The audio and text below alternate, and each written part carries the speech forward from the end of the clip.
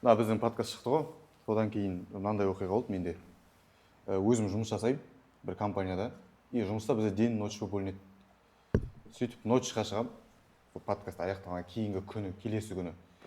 Сөйтіп ночьта, и бізде ұзын коридор бар. Коридорда жүрсең, и свет жанады, и сен өтіп кеткеннен артында светтер жайлап бір-біріне өше береді, светтер, жарықтар. Сөйтіп заводқа кірем. Кіргеннен кейін сәлден соң уже уборныйға шығатын кезде кері коридормен өтесің обратно. Сөйтіп уборныйға кіріп, жаңағыдай шығам, примерно 5 минуттан кейін шығам. Сөйтіп коридорға кірсем, прикинь, светтің бәрі жанып тұр ғой. Адам өткен ғой явно ана жерден. Сенен кейін де біреу өткен дейтін сияқты ғой. Иә. Ол кезде қайта негізі ол ситуацияны ойлаған жоқпын. Сөйтіп ол жарықпен келіп кете бердім де, заводқа кіріп, и там телефон қарап отырдым да, тарс есіме түседі ғой. Жаңа жарық қайдан пайда болды деген. Иә. Жалпы сондай нелер болады дейсің да. Подкасттан кейін осындай оқиғалар болды. Жалпы көрермендер сіздер білесіздер, не айту керек екен ондайда. Бізде Қорыққа подкаст кезекті шығарылым. Иә, бізде жаңа студия, қазір жаңа студия отырық, Шам студиясы болады. Бізде қонақта бүгін шығарылымда Нұрсұлтан Ахи және де Мұхтар бауырымыз. Қалайсыңдар? Ассалаумағалейкум. Енді бірінші жай сұрақтан бастасақ, подкасттың негізгі тематикасына көшпестен бұрын. Қазір қандай жобалар болып жатыр, немен айналысып жатырсыңдар деген сұрақ. Жоба жоқ. Жұмыс қой бізге сондай арнайы емес. Берсе үлкен қажылық уақыты келсе, содан кейін кіші қажылыққа дайындалып жүрміз. Менде жоқ осы. Керемет. Мұхтар өзіңде? Жалпылама сол менде шығармашылық. Алғашқы кітабым жарық көрді, Қарғыс салған көше деген, жанры мистика, детектив. Жалпы алып оқып көрсеңіздер болады. Ішін барынша қызықты, тылсымға толы, детективті қылып жазуға тырыстық. Жаңа оқырмандардың көзқарасымен ішіндегі кейіпкерлердің прототиптерін, шынайы өмірден алдық бейнелерін. Сол иллюстрациямен Керемет. Біздің жалпы осы тематикаға байланысты екен, Қорыққа подкастқа байланысты тоже хоррор, мистика тақырыбында екен. Өте қызық кітап сияқты негізі. Үйге барып оқиындар бәрін. Жалпы енді жаңағы подкасттың негізгі несіне көшейік, тақырыбына. Жалпы өздерің хоррор кино қарайсыңдар ма? Ужас киноға деп жатады ғой. Қандай кино қарайсыңдар және соңғы қараған кинолар қандай? Көп кинотеатрдан көп көремін мен. Өте көп көремін. Жалғыз еще. Жалғыз кинотеатр бар. Ол қорқынышты емес, андай адамдар болады ғой. Өзінің кайфы өзімен, просто кинотеатрға бір өзі барады. Қандай кино түсті, сол киноға кіре салады. Мен де сондай. Мен кинотеатрдан мысалы бір аптада 7-8 кино шықса, барлығына барам, барлығын көремін. Просто кино көрген кезде новый информация аласың. Тем более андай не болғаннан кейін, медийный адам болғаннан кейін әртүрлі кадрлар, әртүрлі ракурстар, небір нәрселерді көресің. И мен өзіме сондай нәрсені ұстамын. Қорқынышты кинолар аз көруге тырысамын. Бірақ соңғы жанрлары именно ужастик көп болып кеткен үшін ужастик көріп жүрмін. Мысалы кеше бір кино көрдім, что андай кино басы былай басталады, что бір қыз сезгіш болады, бір нәрсені қатты сезгіш болады, бір үлкен бір ресторанға кіреді да, ол жаққа кіретін кезде ол жақтағы бүкіл адамдар өлу керек болады. Бірақ сол қызда ана сезгіштігі сол біліп тұр да, и өлу керек болған адамдардың барлығын құтқарып қалады. И өлім ананың арттарынан қуалайды ғой. Сол неге, сол ресторанға кірген әрбір адамды өлтіру үшін өлім олардың арттарынан қуалайды да, барлығын азапты түрде өлтіреді ғой. Әшейін өлу емес та ол. Не бар? Пункт назначения дейтін кино ғой. Солай жара. Назначение ма? Одан алдын басқасы. Одан алдын анау семейный кошмар дегенді көргем. Ол кезде енді жаман қорықтым мен. Жартысынан шығып кеттім, кейін қайттан кірдім. Сонда да жартысынан шығып кеттім. Болмайды. Себебі өзімнің өмірімде де өткен ғой. Бірнеше рет өткен. Біріншісі андай болған ғой. Онша месін айтайын, кейін кішісін айтам. Бір күні түнде кетіп баратым. И балдар звондайды маған, блогты енді бастаған кезім. Ахи қайдасың деп маған звондайды. Айтам, қалада жүрмін деді. Үйге келесің ба дейді. Давай өтем деймін. Балдар шақырса, давай өтем деймін, без проблем. И телефоным и таки процент аз қалып тұр ғой, 10%-нен аз өшейін деп тұр. Үй алдына барам, таксиге шақырып барып, үй алдына дейін жақындап қойып барған кезде бүйтіп шұқылап тұрмын. И жететін кезде қарасам 1% қой, 1%. Сразу ана Каспийна ақша жіберем да, 2 минут тұрды зарядкаға тұрсын деймін. 3%-ке жеткізіп аламын да, ананы звондаймын, келдім деймін, біз үйдеміз дейді ғой, короче. Сөйлесіп айтты, мә телефон өшіп қалмасын деймін. Телефон өшіп қалмасын деймін. Жүрем, бірдеңелер болады, короче. Жүрген кезде, короче. Балдар звондайын десем, уже 1% примерно тауып алам деп ойлаймын, короче. Примерно осы жерлерде шығар деймін. Олар қайда жүр сонда? Үйде ғой, үйде. Примерно тауып алам. Квартираны білмейсің ғой? Квартирадан білмеймін, короче. Ана жаққа да бірінші рет барып тұрмын. Назарбаева, Сейфуллин, короче. Жоқ, не, бір Макдональдс бар, короче, Сейфуллинаның бойында Макдональдс бар. Сол Мактың қасына бір ЖК бар, короче, ескі ЖК. Қасына баратын кезде тұрдым да, короче. Іздеймін, примерно қай жерде екен. Сонан, короче, дауыс шығады оны. Оңға жүресің, родной дейді. Алдына келіп тұрмын. Оңға жүресің. Оңға жүрім. Нешінші подъезд екен деп тұрдым да. Айтып тұрмын мен өзіммен сөйлесіп тұрмын. Нешінші подъезд екен деймін. Келатырым.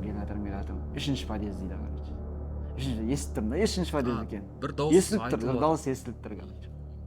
Үшінші подъезд дейді. Барам жақындаймын, ішіне кірем. Лифттен көтерілесің дейді. 4-ші этажға. Лифттен 4-ші этажға көтерілем. Жеттің ба? Я жеттім дейді. Ал болтай телефонда ішіне. Наушникпен отқан екен болса. Ойнайды. Күшті. Ең қорқынышты оқиға мен тыңдап отырған кәрші. Сол, тыңдап отырып. Жоқ, менде ең қорқынышты менде мынандай болған. Мен медреседе оқып жүрген кезде бір ұстаз, былай говоря, ұстаз звондайды, короче, бізге жын шығаратын адам керек дейді. Сіз жайшылықпен не оқып қалды деймін. Осындай бір братишкамыз бар, оны оқыту керек дейді. Оған не оқып қалды десем, оған жын кіріп кеткен дейді. Түнде шығып кетеді да, азанда үйге келген кезде, короче, үсті басы, короче, өтті сасаған үйде келеді дейді, үйге ше. Сасаған үйге келеді, лас болып келеді. Барады, балшыққа жатады дейді, короче.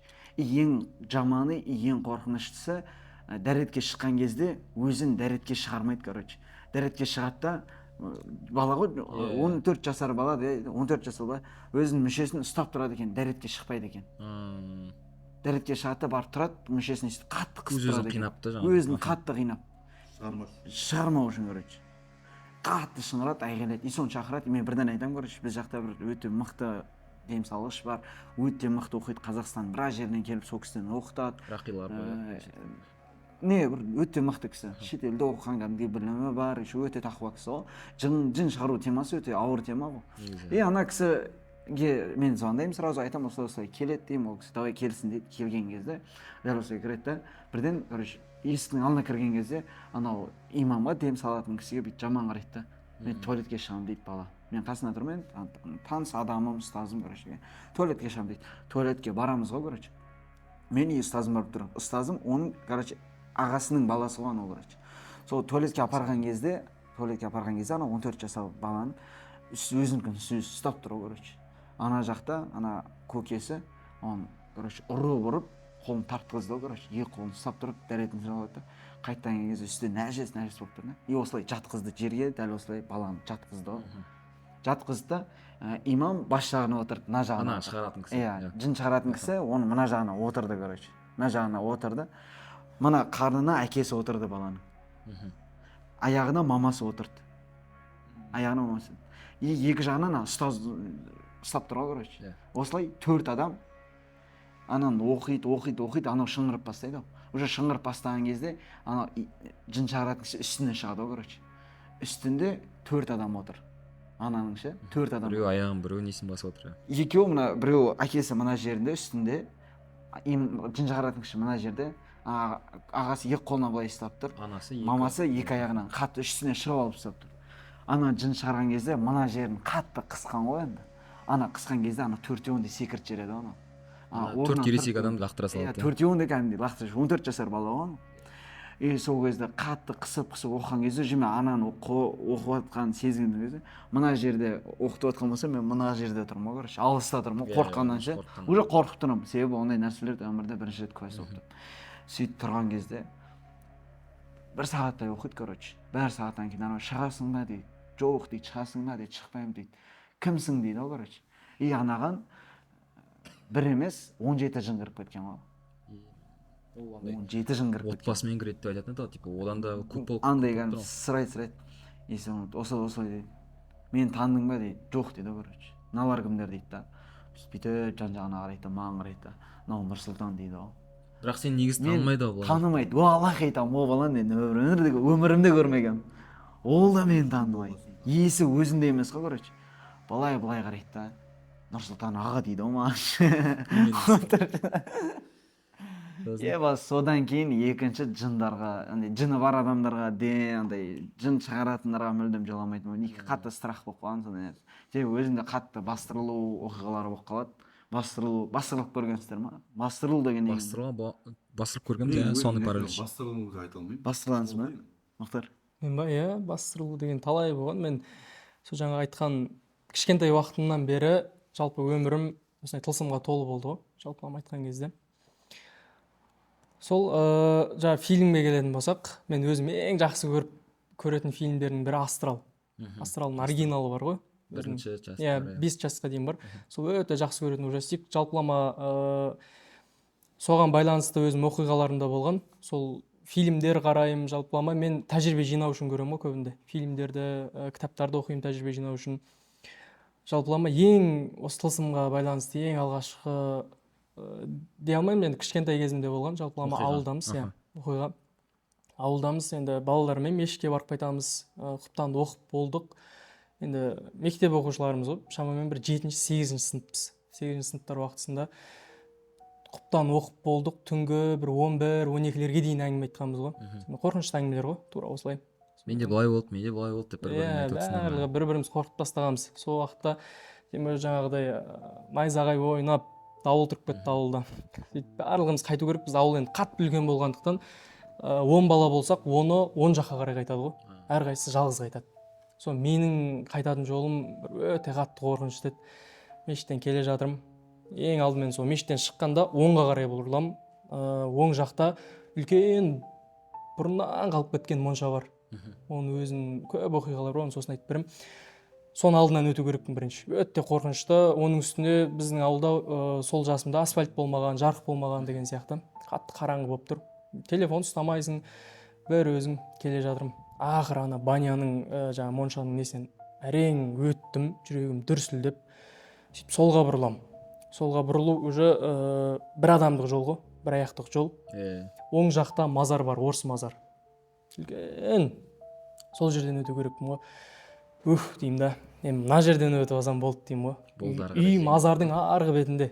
Таза квест екен, былай жатқанда. Солай мазардың ортасына дейін жүрек дүрсілдеп алқына соғып келді. Сол уақытта арқамнан аттың тұяғының дыбысы естіледі ғой, келе жатқан. Шамамен бір 50-100 метр болу керек. Сөйтіп мен ойланам, өзім дірілдік келе жатырмын. Сөйтіп жақын жерде ат арсырайтын адам жоқ еді деймін. Сөйтіп кім екен деп келе жатырмын. Жаңа мазардың мысы да басып қояды ғой, мазардың аурасы.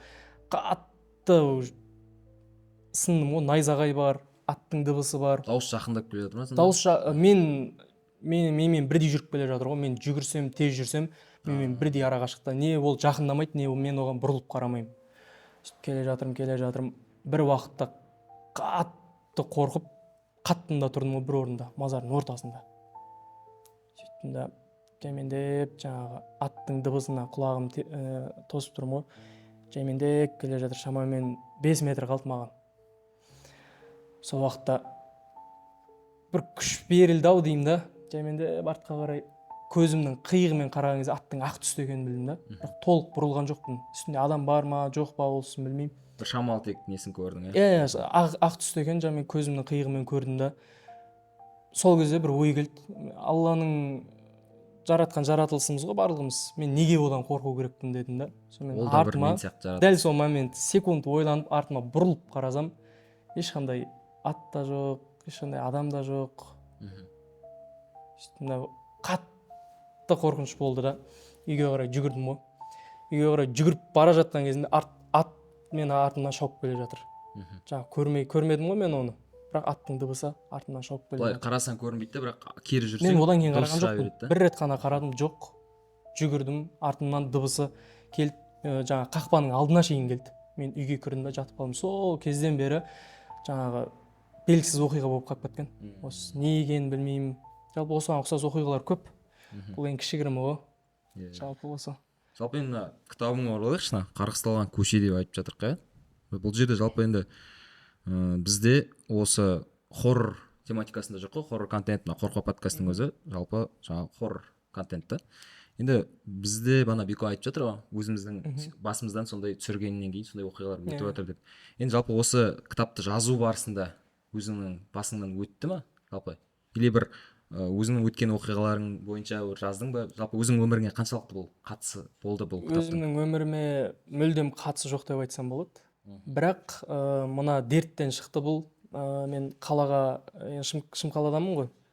Ауылдан қалаға енді келген кезде бір район бар өзі. Тән саудалайтын адамдар, шоғырланған орындар болады. Сондай жерге келіп жайғасамыз ғой біз. Ол жерде отбасымен 50% отбасылар тұрады, 50% жаңағы суточный квартира беретіндер деген сияқты ғой. Сол дерттен шықты жалпылама. Бұл кітапты негізгі жазып бастауымның негізгі мақсаты сондай бір көшелерді, сондай нәрселерді жоюға кішігірім үлес қосу. Сондай мақсатта жазылған негізі. Азғындалған сондай лас көшелерді. Иә, сондай лас көшелерді. Сондайға қарсылық деген сияқты. Сосын жазып жүрген кезде, осы кітапты мен 1,5 жыл уақыт жаздым. Ортасына келген кезде бір қызық оқиға басталады. Жалпылама енді сол районда 2-3 жыл тұрғаннан кейін білесің ғой. Кім көршілерді білесің, басқаларды білесің деген сол жерде сол квартира беретін әпшенің бір қызметшісі болатын. Ой, кішкентай, бірақ үлкен әйел да. Кішкентай. Сол әйел үнемі қаншама жыл уақыт бар маған келген кезде жымиып өтеді. Момоның күлісі бар ғой. Маған қанша адаммен келе жатырмын, қызық емес. Маған келген кезде маған жымияды, осының жартысын жазып келген кезде жымияды да алдымнан өтіп кетеді. Дәл сол оқиға бір жарты жыл қайталанды ғой. Күнде сол қайталана береді. Иә, өйткені мен оны күндіге көремін. Өйткені сол районда ғой. Жолдан өтем, басқа жақтан жұмыстардан келем деген сияқты күндіге маған бір жын ұрған адам сияқты күліп бетіме сөйтіп өтіп кететін тұғын. Басқаларға мүлдем өйтпейді. Қасымда адамдар келе жатса маған көзім қадап алып.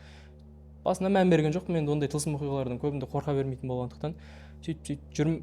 Сөйтіп кітабымды аяқтайтын уақыт келіп қалды. Сол уақытта жалпылама 5 подъезд бар ғой. 5 подъездің мен 5-шісінде тұрамын.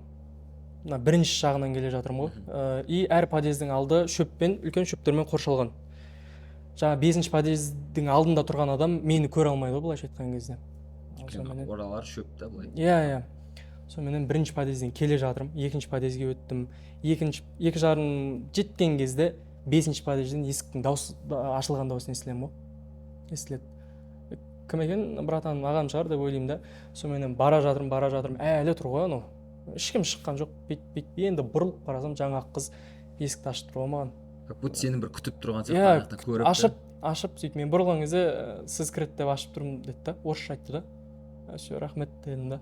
Сол ой кіріп кеттім. Потом қайталанды ма сонда? Сол адамды потом көрдің ба? Ол адамды көрдім, әлі күнге дейін жымиып қарайды маған. Соған қашып жүремін. Жасы қаншада примерно онда? Бір 30-35 әйел кісі ғой. Андай жақындары ол ештеңе айтпай ма? Ол кісі туралы жаңағы странный. Оның жақындары жоқ. Может, ұнайтын шығар. Просто сол жерде қызметші ғой. Может, үйленгісі келіп жүрген. Енді әртүрлі не бар, негізі. Иә. Жалпы соны күтпей қалдым. Қаншама араға шықтым, мен екенін біліп есікті ашып. Бірақ қорқынышты екенсің. Қорқынышты екен. ең сол. Уже бұл көше дегеніне уже жаңағыдай түсініп әлі оқыған жоқпыз ғой біздер мысалы. менде ең жаманы мен Меккеде бастырылып қалғанмын ғой. Меккеде бастырылып па? Меккеде мынандай бастырылу болған, басымнан өткен. Дәл осы бір рет бастырылғаным маған өмірімде 2 рет прям күшті нәрселерді сезінуіме себепші болған. Бірінші рет мен Меккеде енді бар жүрген кезім примерно. Меккеде жүргеніме бірінші, екінші айым, новичокпын да, білмеймін. И қажылардың основном артынан жүресің, іздейсің, адас қалмасын деген сияқты не болып жүресің оларға. Дәл солай жүре беріп, мен құптан намазын оқымағам. Ал сен Қағбада намаз оқу саған 100 000 есе ғой. Мен, ондай мүмкіндік болмайды. Или гостиницада оқып қаласың, или, кешіктіріп оқымай қаласың ғой. Оқымай қаласың, кеш оқисың да, мысалы таңға жақын. И мен дәл солай бір күні Меккеде жүрген кезімде андай болған. әлі күнге дейін есімде. Номеріме кіріп кетемін, номерде бір өзім жалғыз жатамын. Қасымдағы кісілер короче қағбаға шығып кетеді ғой, короче қағбаға шығып түнде сол жаққа түнейміз дейді. Мен комнатаға келем, диван үлкен, келем де сразу жатамын, құптан оқымағанмын, короче. Дәл осылай ұйықтаймын. Қалай ұйықтағанымды өзім білмеймін, короче. И мекеде бүйтіп телефонда шықыламаймын. Негізім телефон вообще шықыламаймын мекеде. Дәл осылай келем, жатамын, жатқан кезде уже сразу андай переход сияқты болып қалады ғой. До того шаршағанмын, құптан оқуға да шамам келмеген ғой, құптан есімде де жоқ. Дәл солай ұйықтаймын, көзімді ашам, короче, үстімде екі үлкен нелер жүр ғой, короче. Қарадан келген үлкен адамдар келіп қолымды байлап алған, дәл осылай екі жаққа ше. Адамның бейнесінде. Адам бейнесінде бірақ қап-қара, короче, ірі денелі ғой, короче, былай айтқанда батыр сияқты, қап-қара, бірақ түрлері көрінбейді, қап-қара. Дәл осылай қарап жатырмын да, былай қимылдай алмай жатырмын. И сол кезде айтамын ғой, мен өлдім ба не деймін, короче. Иә дейді ғой. Сен мен өлдім ба деймін, иә дейді, короче. И дәл солай қазір екі періште келіп сенен сұрақ жауап алады дейді ғой. Уже андай көз алдыма келіп тұр. Мен уже қорқып тұрмын, уже сезініп тұрмын. Мен өзім екенім сезіп тұрмын да. Былай істесем түсім емес екен көрдім. Сезіп тұрмын, қолым қатты байлап тұр. Былай тартсам қолым ауырып жатқанын сезіп тұрмын.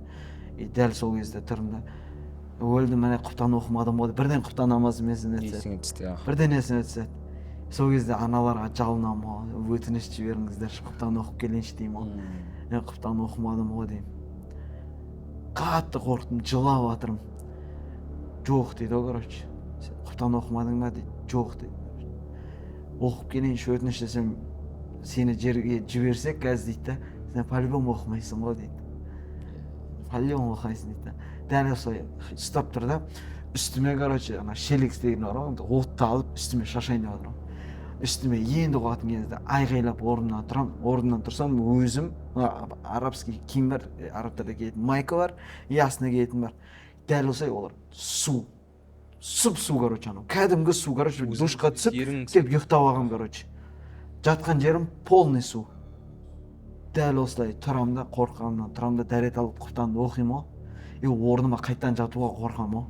И дәл осылай жай намаздың үстінде ұйықтап қаламын ғой. И до того сол күні, сол құптаннан кейін примерно сағат 1-2-лерде ұйықтағам ол, короче, 1-2-лерде ұйықтағам. До того қатты ұйықтағанымнан, сол құптанды оқып ұйықтап қалдым, жай намаздың үстінде ше қорқанымнан дәл үстіп неғып ұйықтап алғам, короче, өзімді бүрісіп ұйықтап қалғам. И дәл солай келесі күні обедте тұрамын, сағат 1-2-лерде тұрамын, короче. 5-нен кейін тұрамын. Қатты ұйықтап қалғансың. Қатты ұйықтап қалғам. И келе тұрғызады мен, короче, осылай тұр деп тұрғыздық дейді. Мен сен тұрғыздық дейді. Сен біз ұрысып бердің дейді да, короче. Кетіндер бар, не мені тұрғызып отырсыңдар деп ұрысып бердің дейді да. Мен ешқандай есімде жоқ. И дәл осы ең қорқыныштысы осыдан кейін ше, андай бір жалқаулық немесе басқа нәрсе болса, кейде иманың әлсіреген кездер болады, басқа нәрсе болған кезде менде осы оқиға болады. Осы оқиға есіме түседі, мен неге барғам ғой деп ше, мен бір рет өліп көргем деген ше, мен хотя бы түсімде де осы мен өліп көргем, періштелер келіп маған айтқан ше, осылай істейсің. Бұл жайдан жай емес те, иманым әлсіреген кезде. Намазды қаза қылмау үшін. И Аллаға шүкір, иманы дәл содан кейін ең соңғысы осы соңғы барғанымда болды, январьда болды. Иә, есімде ең соңғы рет умраға барғанымда осындай күшті болған. Көп салауат айтудың арқасы деп те айта алмаймын, бір жағынан мына амал нақты, мына амал деп айтпаймын. Пайғамбарға қатысты түс көргем. Оны толық айтсам, не үшін оны толық айтпаймын? Себебі мен қазір оны айтсам, ол кішкене эмоциональный болуы мүмкін, басқа нәрсе болуы мүмкін. Кейбір адамдар ол нәрсені алып, бір қыз шықты ғой, мысалы мен пайғамбарды 16 рет па 20 рет түсімде көрдім деп, кейіннен ол кісі бірдеңе қылып бас тартқан екен де. Мен де сондай болуым келмейді. И осы ең үлкен қорқынышты оқығаннан кейін мен бір иманым әлсіресе осы оқыған есіне түсіремін да, иманым мықтыладым. Иманымның мықты болғаннан емес, мен бір рет емес, 2 рет дәл сол пайғамбарға қатысты түс көргем да. Пайғамбар қасына, сахабаларға қатысты ше, бірге кәдімгідей умрада жүрген кезде. И осы оқиға маған үлкен несін тигізген. Именно осы ең қорқынышты түсі, бастырылып қалуым, болды сен тозаққа жібереміз деп үстіме қорғасын, нені құю, короче. Ең үлкен өмірімде ең қорқынышты осы болған. Бұл бір ғибратты әңгіме екен, иә. Негізі бұл жерде жындар емес, значит, нелер ғой, періштелер болып тұр ғой. басып бастырылған. ол жоопкерчилер ретінде ескерту болған шығар. үлкен ескерту деп қойдым. Ол бастырылу ғой негізі, түсіңде не болғанша басында. Көп адамдар болады, мен мысалы бірге ұйықтайтын адамдардан, қасымда дос балдарым болады, или андай адамдар болады. Түсінде қорқады, жоқ деп бүйтіп секіреді, тиерлейді, короче. Мен ол кезде оны тұрғызғым келмейді, негізі. Біреу бастырылып жатса, сразу тұрғызғым келмейді. Қиналсын деймін. Тесе. Өзіңнен басына өткесін сондай сезінсін деп па? Ұры жерсе, бастырылып жатқан адам ғой. Қорқасың да. Сондай қорқынышты оқиға болған. Бұдан қорқынышты оқиға жоқ шығар енді. Төгіп па? Осы жаңағы қара адамдар дедің ғой, жаратылыс. Сіз соған байланысты менде де бір оқиға болған. 11-ші сынып оқимын, қателеспесем. Сол уақыттардың бірінде ауылда ешкім жоқ. Ауылда болғанда біздің үйде ешкім жоқ. Әйел кісілер де жоқ, ер кісілер де барлық қалаға кетіп қалған, ағаларым, ата-аналарым деген сияқты. Сонымен үйде бір өзімен ауылда жаңағы шаруашылықпен айналысамыз, егіншілікпен айналысамыз деген сияқты. Бір күні үшінші күн көрдім, қазір айтып беремін. Енді таңнан шығып кешке дейін жұмыс істейсің, үстің барлығы лас болады деген сияқты. Кіреберіске үшінші күн киім тастап кетіп жатырмын да. Лас киімдерім, былайша айтқан кезде. Сол кезде үшінші күн тастаған кезде мен ойыма бір нәрсе келді. Так что мына жерде жындар бар шығар деген, енді лас жер болған екен, жындар бар шығар деген ой келеді. Деймін да, қойшы деймін да өтіп кетемін. Жүк тастау керек еді ғой деймін да, ерінемін да, сонымен барып жаттым, тамағымды кешкі асымды ішіп алдым, теледидар қарап, телефон қарап деген сияқты. Сол күні ұйықтадым. Ештеңе сезілген жоқ. Түннің жарымында бір ортасында ғой енді. Көзімді ашып қалсам, енді бастырылайын деп жатырмын. Жаңа бастырылу туралы тема кетіп жатыр ғой. Жалпы бастырылған кезде адам 50-50 болады ғой. 50% ойы, 50% ұйқыда болады. Мен сол уақытта 100% оянып кеттім. Көзімді ашып 100% ояндым. Сол кезде жаңа Нұрсұлтан бейнелеген сияқты ғой. Алдымда қап-қара бір жаратылыс тұр. Үлкен ірі, ананы сипаттайтын болсам, жалпы бөлме қараңғы, оның қараңғылығы қараңғылықтан да сондай болып тұр. Бірақ жаңа айтқандай қорқыныш қатты болған жоқ. Соны көріп тұрсам да өзіммен. Сосын бізде ұстаздарымыздың айтатын бар еді. Жаңағыдай жынды көрсең, жаңа бір настроймен жат, ұрам, бірдеңе қылам деген, сондай настроймен жататын болсаң, ол сен бастыруға қорқады дейтін. Батылдықпен жат. Батылдықпен жат. Сонымен тіпті бір ұстаздарымыздың ұруға да болады деген сөзін естіп алғанмын ғой мен. Сонымен енді күлкілі естілетін шығар. Үстінде сол бір жаратылыс тұр, қап-қара. Менде ұстазымның сол айтқан сөзі келеді де, ұрам ғой жынды. Жатқан күйі ұрам, бірақ қашып кетеді, тимейді. И дәл осылай жатқан күйі екі қолымнан ұстап алады ғой төбемнен. Дәл осылай жатыр. Қатты жүрегім дүрсілдеп тұр, бірақ қорқыныш жоқ. Білмеймін, жүрегім дүрсілдеп тұр, сөйтем да ойланамын ғой енді мен. Бұл не болды екен, бұл жын ба, шайтан ба, или басқа бір жаратылыс па деп ойлаймын да. Қолыма тиіп тұр ғой енді. Бар күшіммен қысам ғой қолынан, жібермеу керекпін ғой мен, ұстап қалу керек. Қолмен сезіп жатсың ба бір андай? Қолмен сезіп тұрмын, мен қолымды ұстап тұрғанын сезіп тұрмын, үстінде отырғанын да сезіп тұрмын. Қолын қысып қалам, қолы шырыш қой, шырышты ұлулар, бақалар болады ғой. Үстінде лас қол. Қатты қысып ұстадым, сытылып, өз көзіммен көрдім, жаңағы қабырғадан да еніп өтіп кеткенінше. Ары қарай бүйтіп. Өтіп кетті. И ең қызығы, мен оның қолын ұстамағам ғой, бір ғана саусағын ұстағам. Ол біздің білегімізбен бірдей, бір саусағы. Сөйтіп сондай оқиға болған, сөйтіп сол күн түнде тұрып, киімдерін жуып, жайып қойғам. Негізі қорқпау керек болып тұр, еше таза жүру керек. Негізі қорқпасаң ештеңе болмайды. Ол да Алланың жаратқан жаратылысы ғой, былайша айтқан кезде. Жалпы осы тазалық дейтін қаншалықты әсер етеді, жалпы осындай көруге қатты әсер. Дәрет, тосол деген заттар, жынды ұру мәселесі бойынша андай бір күшті оқиға бар. Бір өте тақуа кісі болған. Жынды ұру мәселесі бойынша осындай күшті оқиға бар. Жынды ұруға бола ма деген сияқты. Жынды ұруға болады, бір үлкен тақуа, өзі бір ауылда бір өте тақуа кісі болған. Сол бірде қараса, адамдар пұтқа табынып жатқан екен. Пұтқа табынып жатқан екен. Ашуланып тұрады да, бір ештеңе демейді, екі ештеңе демейді, үшінші рет қараса, адамдар шынымен серьезно табынып жатыр екен да. Сөйтіп тұрады да, бірден барып, үйінен балтасын алып шығып, барып соны, сындырам деп айтады, ашуланып шығады, мен осыны сындырам деп, себебі бұл адамдар тура жолдан адастырып отыр дейді, ашуланып тұрып балтасын қолына алып, барып сындырам деген кезде алдынан бір адам шығады. Өзімен бірдей бір адам шығады, анау шыққан кезде барады да оны тоқтатпақшы болады, короче. кедергі жасағысы келеді. Үлкен ана бір не тоқта. Анау келіп қайда барасың десе, пұт сындыруға дейді. Бармайсың дейді, қолына ұстаған кезде, ана қолына балтасы бар адам ана ұстап адамды жығып тастайды, короче. Бірден жығып тастайды. И сонымен, короче, тұрады да, ана алдайды ғой енді сол кезде. Дымыс сиямайтын көріп тұр, ана мықты болып тұр, алдайды. Да мен саған қазір үйге қайт, мен саған күнделікті бір алтын теңге беремін дейді, короче. сөйтіп алдайды. Иә, сен бір алтын теңге беремін, сен бармай ақ қой дейді, короче. Оны өлтірмей ақ қой, саған кедергі келіп тұрған жоқ қой, сен өзің намазыңды оқы, басқаларға не шаруаң бар деген сияқты. Әркім өз өмірі өзімен бірге. Былай ойланып қарайды да, дұрыс дейді да, үйіне қайта салады. Бір күн, бірінші күн қараса есігінің алдында алтын теңге бар, екінші күн қараса алтын теңге бар, үшінші күн қараса алтын теңге бар. Сөйтіп уақыт өтіп, бір күн қараса есігінің алдында алтын теңге жоқ. Анау мен алдапты ғой дейді да, короче. Қайтадан балтасын алады да, қайтадан бұтты сындыруға барамын дейді да, короче. Ашуланып тұрған кезде барып бұтты сындырамын дейді. Сол кезде алдынан тағы да сол шығады, анау сен неғып мен алдадың дейді. Қайда барасың, пұт сындыруға дейді, бармайсың дейді да. Мен барам дейді да, ашуланып тұрып барса, анау үлкен адам, короче, анау өзін бір ұрып ұйықтатып қояды. Қалай шол дейді. Сосын анау айтады, ана ұрып ұйықтатқан адам айтады, мен жынмын дейді. Және мен сол жынмын, шайтанмын, адамдарды оған табынуға не айтып отқан, оларға бұйрық беріп отқан, оларды азғырып отқан менмін дейді. Мен біріншісінде сен ашуланып келіп пұтты сындыруға ниет еткен кезде дейді, мен әлсіз болдым дейді. Себебі сен пұтты Алланың разылығы үшін сындыруға баратқан едің дейді.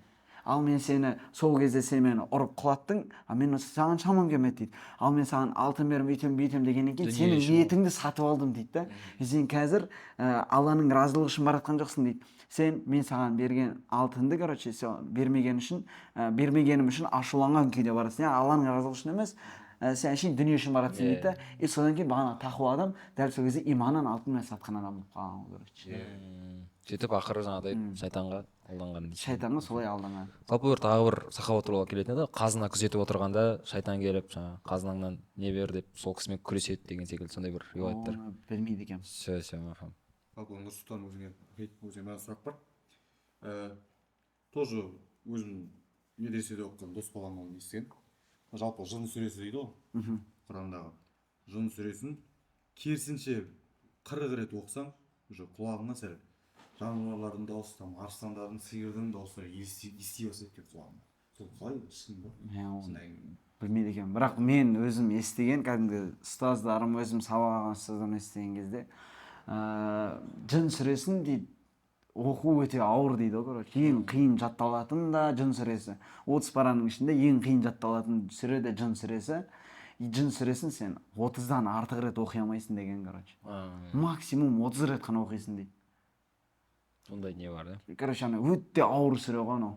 Басындағы келген кезде, мысалы, жын сүресінің алғашқы аяттарында келеді. Құл уахия илайя аннаху стама'a нафарун минал джинни фақалу инна сами'на Qur'аnan ажаба. Яғни бұл жындардың пайғамбарымызға иман келтіргені туралы. Бұл жерден біз түсінеміз, что мұсылман жындар да бар, мұсылман емес жындар да бар. Олар біз сияқты, короче, үйленеді, бала шағалы болады, олардың құлшылық етеді. Иә, құлшылық етеді, олардың ішінде блогер жоқ десең. Шығар. Бірақ олар адамдарға қарағанда материальный өте мықты болады. И көбірек жасайды. Ұзақ өмір сүреді. Ұзақ өмір сүреді. И материальный олар мықты болады. Бірақ олардың ең ақылдысы біздегі 10 жасар баланың планетасы сияқты болады. Жындардың айырмашылығы осындай. Олардың ең ақылдысы, ең ұзақ өмір сүргеннің өзі планетасы адам баласының 10 жасар баланың планетасы сияқты болады. Ақыл кем болады, бірақ олар материально күшті болады. Қаттандай ренжігіш келеді дегендері содан болып тұр, жаңағыдай бір кекшіл келеді деп айтады ғой. Кекшіл пайда әйел жындар олар. Если әйел жын кірсе, саған өте қиын болады. Оның ішінде қари жындар да бар. Бәрімізге сол қари жындар кіріп кетсін. Қари болайық сосын. Жақсы ғой, қари жын деген күшті. Бізде сөйтіп айтатын, что қари жын кіріп кетсін деп. Тазалыққа қаншалықты нәрсе маңызы бар. Енді былай жын жаңағыдай адам сияқты жаратылыс деп жатырық қой. Жалпы тазалық жағынан қалай бұлар жындар жалпы?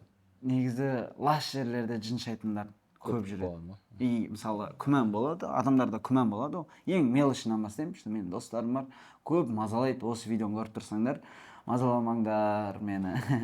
Көп мазалайды. Мені күмән қинап тұр дейді, мен күмәнданамын дейді. Андай адамдар көп қой қазір, намаз оқиды күмәнданады, дәретім бар ма деп күмәнданады, намаз оқыған кезде мынандай істедім ба деп күмәнданады.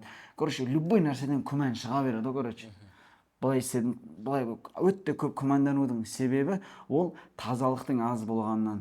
Мысалы, әшейін бір үйде өмір сүресің ғой, үйде өмір сүріп жатқан кезде, ана жерде уборный болуы мүмкін. Мысалы, дәрет сындыратын жер, мысалы, кіші дәрет сындыратын жер.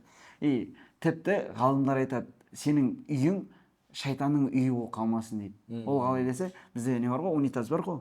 Тіпті унитазды, мысалы, тұрғаннан кейін әдейі басын көтереміз ғой. Негізі басын көтермеу керек унитаздың. Полный жауып қою керек. Себебі шайтан содан қоректенеді. Екіншіден, баняға түскен кезде, мысалы, су шашырайды, басқа нәрсе болады, соларды барынша сүртіп қою керек. Солай қалдырып кетпеу керек. Солай қалдырып кетпеу керек. И туалет болсын, баня болсын, олардың есігін мүлде ашпау керек, тем более түнде. Үйдегі ыдыстардың да былай ішінде, мысалы, мынаның ішінде су тұрма, мынаның да аузын ашпау керек. Себебі дәл осы нәрселердің барлығынан шайтан қоректенеді, и сенің үйіңде өмір сүргіш болып қалады.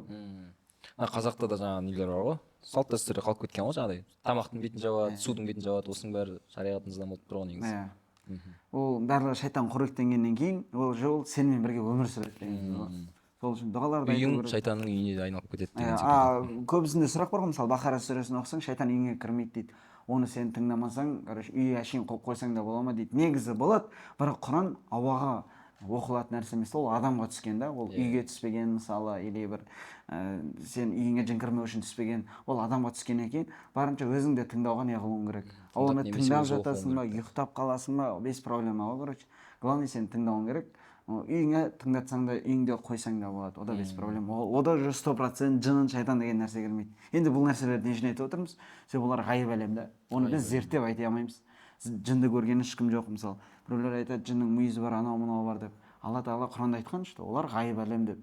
Сендер оларды қаншалықты білгілерің келсе де, оны біле алмайсыңдар дейді. Жын болсын, періште болсын, адам оны өз көзімен көрсе, басын сәждеден көтере алмайтындай дәрежеде неге етеді? Иманы, короче, қорқынышқа ие болады да, иманы да туғандай болады, басын сәждеден көтере алмайтындай болады. Если біз шынымен осы көзімізбен періштені көрсек, ғайып әлемді көретін болсақ. ғайып әлем сондай. Бана Мұхтар бауырмен де айтып жатсың, өзің көп тылсым оқиғалар өтті деп. Тағы қандай оқиғалар өтті мысалы басынан? Жалпы медреседе оқып жүрген кезде. Медреседе оқыдым. 14-ші комната деген бар бізде. Бірге оқығанбыз ғой? Бірге оқығанбыз. Жалпы медресе оқып жүрген кезде, медреседе де көп былай тылсым оқиғалар болатын еді. Бізде екі жатақхана, бірі жаңадан соғылған мешітте, екіншісі сол колледждің қасында, астында екі этаждық, екінші этаж білетін ғой.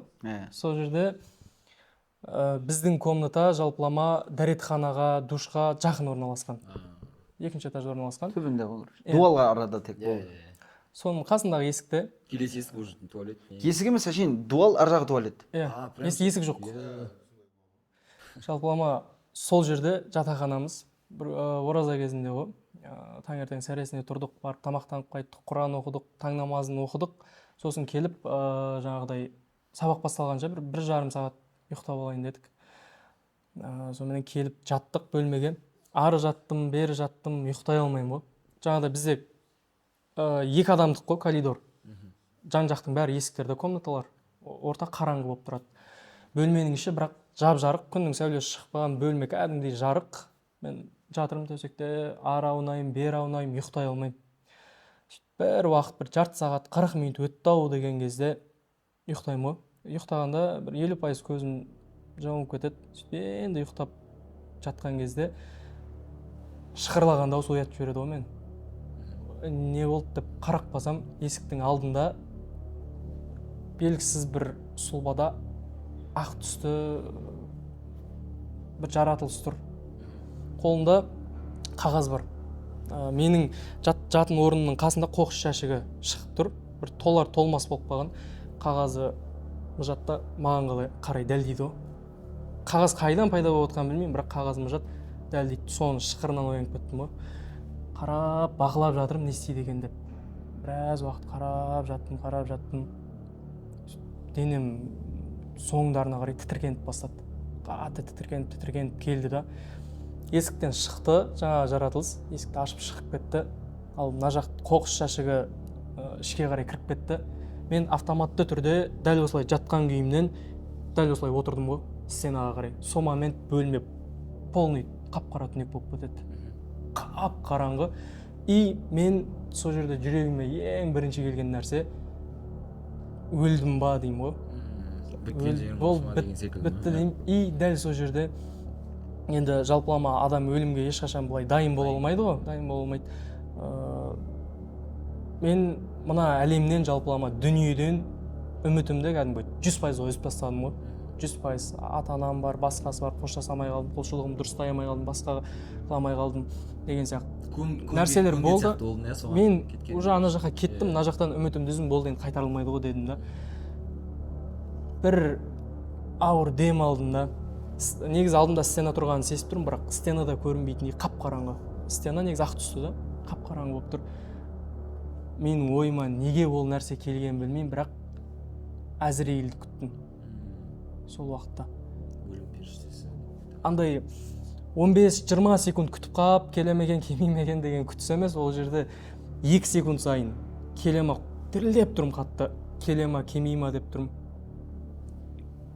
2 секунд өткен сайын жаңа сезім келеді ғой ішке. Қас келеді, кәз келеді, жаным суырып кетеді.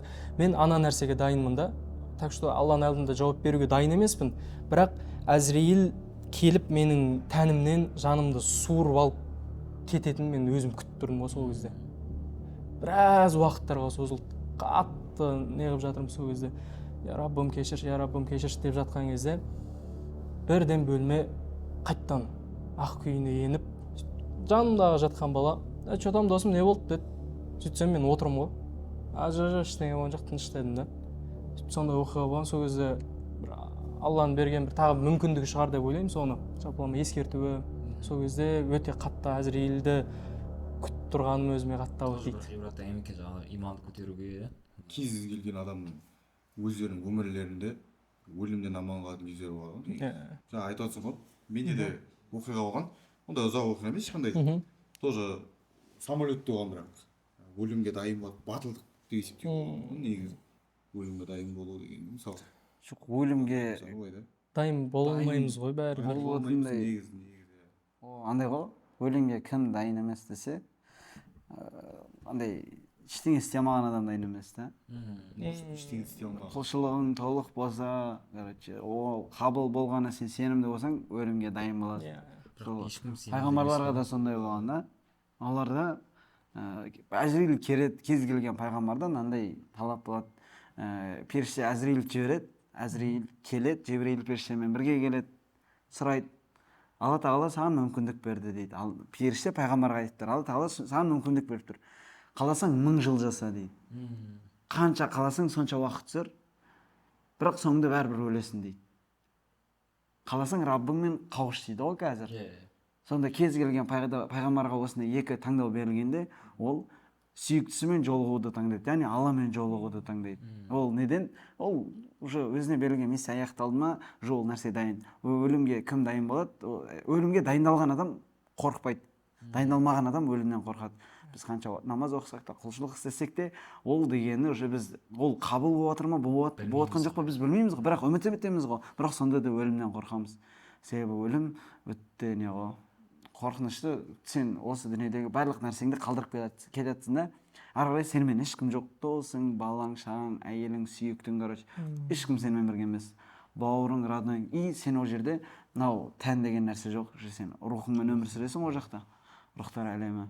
Ну сен сезесің, если сен жақсы адам болсаң, қабірің кәдімгідей кеңейеді. А если жаман болсаң, қабір, короче, қысат, тар болады дейді. Себебі қабір деген нөтте не ғой, короче. Қорқынышты нәрсе ғой. Если жаман адам болсаң, андай, оны сипаттап беру мүмкін емес. Сипаттау мүмкін емес, өйткені ол да бір ғайбат. Ғайбат деп ғайып әлем ғой. Ғайбат деп ғайып әлем. Жаңағыдай ғой сол өлім дегеннен шығады. Дайын болу, дайын болмау дегеннен. Жаңағы менікі мысалға тамыз айында осы 2024-тің. Қазақша август қой, иә? Ағылшынша август па? Август. Иә. Сөйтіп, короче, Дубайдан кері неге Қазақстанға ұшып жатыр. Сөйтіп, примерно Иранның жолына келдік. Иранның үстінен ұшып бара жатқанда и самолет дірілдейді ғой. Ондай болмаса ше самолет. менде бар О, саудияға барған кезде көп болатын. солай и самолет бастап дірілдейді и біздер көп ондай жолға шықпағанбыз, бірінші шетелге шығып жатқан кезде ғой. Сөйтіп самолет дірілдейді и стюардесса короче бәріміз суға кетіп жатыр, нормально деп сөйтіп адамдар уже бір біріне қарай бастады. Енді мындай уже үйреніп алғандар газеттерін оқып, там ондай телефондарын қарап отыр да, короче, кітаптарын оқып. И мен де қазір нормально болдым, кішкене сәл қорықтым. Сөйтіп тағы да дірілдейді самолет. Уже ана діріл ұлғая бастайды, қатты одан сайын. Уже дейтін төбеден үйлер түседі ғой. Қалай еді? Демалатын. спасательный Атауы пайда болғанда. Сөйтіп солай сөйтіп, уже мен оны естімеген. Қолымды осы қойып алғанда самолетке. Ешкімді ойламаймын, ойым білмеймін. Сол жердегі уже ситуация қандай болды. Уже мен де сол же өлдім бә не дегенде болды. уақытым келді ма деп па. Доғама тек. Сондай оқиға басымнан өтті негізі. тоже жаңағыдай Иә. өліммен бетпе бет келдім деген секілді ғой. Иә, сондай болды. Жалпы енді мына кітапқа оралсақ, Мұхтар бауырым, жалпы енді бұл біздің аудиторияға, Қорқау подкастының аудиториясына жалпы қызықты деп ойлаймын. Өйткені дәл сол біздің тематикада жазылған екен, мистика, детектив, тылсым дүниелерге байланысты. Енді өзіңнің бүгінгі келіп жатқан, жаңа бүгін шығарылымға келіп жатсың қонақ болып, енді сол біздің көрермендерге бір сыйлық ретінде бірдеңе ұйымдастырсақ, былай істей аламыз ба, мысалы осы кітапты біздің бір жаңағыдай біздің подкасттың атынан келіп бір сондай Промокод қойып. может промокод қойып істесек болады. Бір скидка сыйласақ, бір жаңағыдай өзінің бағасынан бір 10% скидка жасай аламыз ба мысалы? Болды, 10% скидкамен промокодтың атын қойып, қалай қойсақ болады? Промокод бізде Қорқау подкаст, яғни қорықпа деп қойсақ болады. Иә, құрметті көрермендер, жалпы осы Мұхтар бауырымыздың Қарғысталған көше атты кітабын біздің промокодпен алсаңыздар, яғни астына ссылкасын қалдырамыз. Сол сілтемемен өтіп, Қорқау подкаст немесе қорықпа деп жазсаңыздар менеджерге, сол арқылы сіздер осы кітаптың бағасынан 10% жеңілдік ала аласыздар. Иә, бізде қонақта қайтадан Ахи Нұрсұлтан бауырымыз және де күшті болды. Мұхтар. Сіздерге көп рахмет. Бізде бар білгеніміз айтты, сіздерден де көп естідік. Иә. Енді осы достар, тылсым әлемнен қорқудың керегі жоқ, бірақ сақтық керек. Көп рахмет шақырғандарыңызға, бұйырса жобаларыңызға үлкен сәттілік тіледім. Иә, көрермендер, бүгінгі шығарылым өз мәресіне жетті. Біздермен бірге болғандарыңызға рахмет. Каналға тіркеліп, лайк басып, астарына өздеріңіздің бастарыңыздан өткен шынайы оқиғаларын жазып кетіңіздер. Рахмет.